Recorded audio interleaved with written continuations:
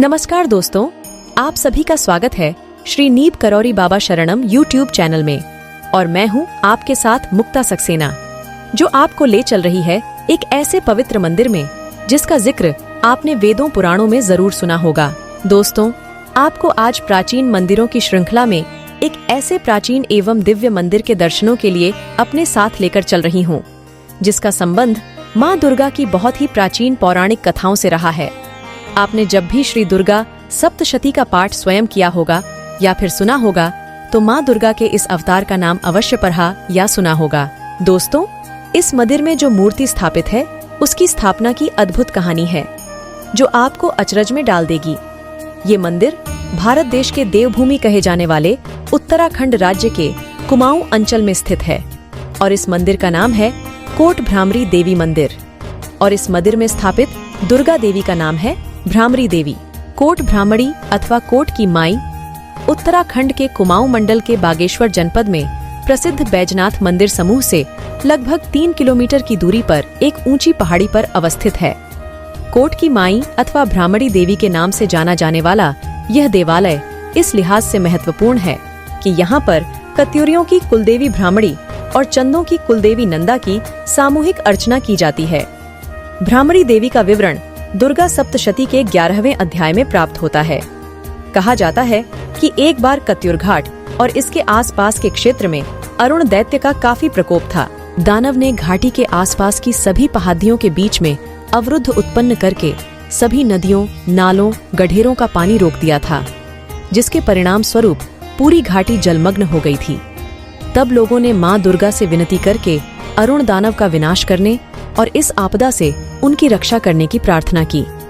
उधर अरुण दैत्य को ब्रह्मा जी से ये वरदान प्राप्त था, वह किसी भी 2 या 4 पैर वाले जीव के द्वारा नहीं मारा जा सकता। तब इस बात को विचार करके माँ दुर्गा ने 6 पैरों वाला भंवरा का रूप लेकर अरुण दैत्य का वध किया और लोगों की उससे रक्षा की। दुर्गा सप्तशती के 11वें अध्याय में भी इसका वर्णन मिलता है, जहाँ माँ दुर्गा ने स्वयं कहा है कि जिस समय अरुण नामक असुर तीनों लोकों में भयंकर उपद्रव करेगा, उस समय मैं असंख्य भौरों का रूप बनाकर उस महासुर का वध करूंगी। तब संसार में सभी मेरी भ्रामरी नाम से स्तुति करेंगे। यहाँ देवी माँ को गुड़ पप्पडीही का भोग लगाया जाता है। कोट भ्रामरी मंदिर का यह भी महत्व है कि नंदा राज जात में सम्मिलित होने के लिए अल्मोड़ा से प्रस्थान करने वाली यात्रा का दूसरा रात्रि विश्राम इसी स्थान पर होता है। यहीं से देवी की स्वयंभू कटार को ले जाया जाता है। नंदा के संबंध में यह जनश्रुति प्रचलित है कि जब चंद शासक नंदा की शिला को गढ़वाल से अल्मोड़ा के लिए ला रहे थे, तो रात्रि विश्राम हेतु इसके निकटस्थ झालीमाली गांव में रुके थे।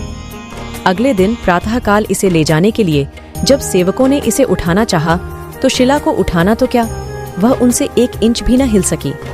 वे सब हताश होकर बैठ गए।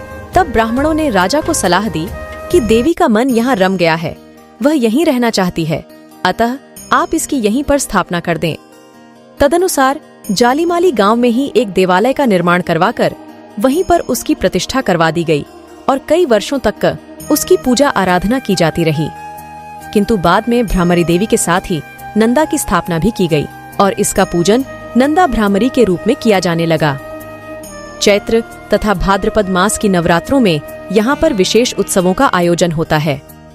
इसके अतिरिक्त यहाँ पर भाद्रपद मास की सप्तमी की रात्रि को जागरण होता है, जिसमें परंपरागत रूप में गौणाई के बोरा जाति के लोगों द्वारा नंदा के नैनों कथा गीतों का गायन किया जाता है। इन सामूहिक कथा गीतों में एक तरफ पुरुषों और एक तरफ महिलाओं की सहभागिता हुआ करती है। इसमें गौणाई के कोलतुलारी तथा दरणा तोकों के मठानी ब्राह्मणों के परिवारों में नंदा देवी का अवतरण भी होता है। इस अवसर पर घेटी अमस्यारी के लोगों के द्वारा केले के पौधों के तनों से नंदा देवी के डिकरे बनाए जाते हैं तथा अगले दिन यानी अष्टमी को देवी का पूजन तथा बलिदान किया जाता है। मंदिर की पूजा अर्चना का दायित्व तैलीघाट के तिवारियों का हुआ करता है। चमोली, दानपुर, गिवादडाच, सोमेश्वर तथा बोराराव की जनता की बहुमान्य देवी होने के कारण इन क्षेत्रों के लोग भी शुभ मांगलिक अवसरों पर यहाँ आकर अपने श्रद्धा सुमन चढ़ाने आते हैं। इसके अतिरिक्त चैत्र मास की नवरात्रियों की अष्टमी को भी यहाँ पर पूजोत्सव का आयोजन होता है, जिसमें काफी संख्या में श्रद्धालुओं की भागीदारी रहती है। नंदा के रूप में इसका संबंध नंदा की राजजात से भी संबद्ध है। नौटी से आयोजित की जाने वाली नंदा जात में सम्मिलित होने के लिए अल्मोड़ा से प्रस्थान करने वाली जात का दूसरा रात्रि विश्राम यहीं होता है। यहीं से राज्य जात में जाने वाली देवी की स्वयंभू कटार को ले जाया जाता है, जो कि ग्वालदम देवाल होते हुए नंद केसरी में प्रधान जात में सम्मिलित होती है तथा राजजात की समाप्ति पर पुनः इसे यहीं लाकर स्थापित कर दिया जाता है। दोस्तों, मुझे आशा है कि आपको ये वीडियो पसंद आया होगा, साथ ही इस स्थान के बारे में बताई गई डिटेल्स भी और माँ कोट भ्रामरी देवी का इतिहास भी। अगर आपको वीडियो पसंद आया हो तो हमारे चैनल को लाइक, शेयर और सब्सक्राइब जरूर कीजिए, जिससे आगे आने वाली वीडियोस की जानकारी आपको मिलती रहे। इसी के साथ मैं आप सभी से विदा लेती हूँ और मिलती हूँ आपसे अगले वीडियो में, जहाँ मैं आपको किसी और पवित्र स्थान के दर्शन करवाऊंगी। धन्यवाद।